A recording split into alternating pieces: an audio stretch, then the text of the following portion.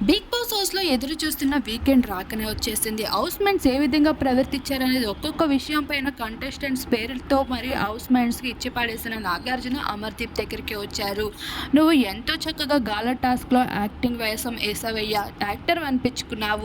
అంతే గొప్ప టాలెంట్ అందరిలో కలిసిపోయే దాంట్లో ఎందుకు లేదు? నామినేషన్‌లో అమర్‌దీప్ కాకుండా వేరొకరు ఎలా వచ్చేస్తున్నారు?" అంటూ అమర్‌కి ఇచ్చి పడేయడం మొదలుపెట్టేశారు.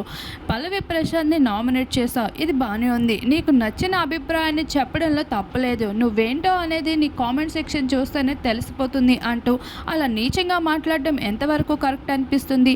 మరి ఒకసారి బిగ్ బాస్ నుండి బయటకు వెళ్ళాక నీ కామెంట్ సెక్షన్ ఎలా ఉందో చూసుకుంటావా? అంటూ నాగార్జున అయితే అమర్‌దీప్‌కి ఇచ్చి పడేశారు. హౌస్‌లో ఎపిసోడే కాదు, లైవ్ టెలికాస్ట్ అవుతుందనే విషయం మర్చిపోతున్నారు. అందరితో కలివిడిగా ఉండండి అనే విషయం చెప్తూనే వచ్చాము. ఒరిజినాలిటీ అనేది అందరిది బయటపడినట్లే నీది కూడా బయటపడుతుందనే విషయం గుర్తుందా? అంటూ నాగార్జున అయితే అమర్‌దీప్‌కి ఒక స్ట్రైట్ వార్నింగే ఇచ్చి ఇకపైన జాగ్రత్తగా ఉండాలనే విషయాన్ని అయితే తెలియజేసుకుంటూ వచ్చేశారు.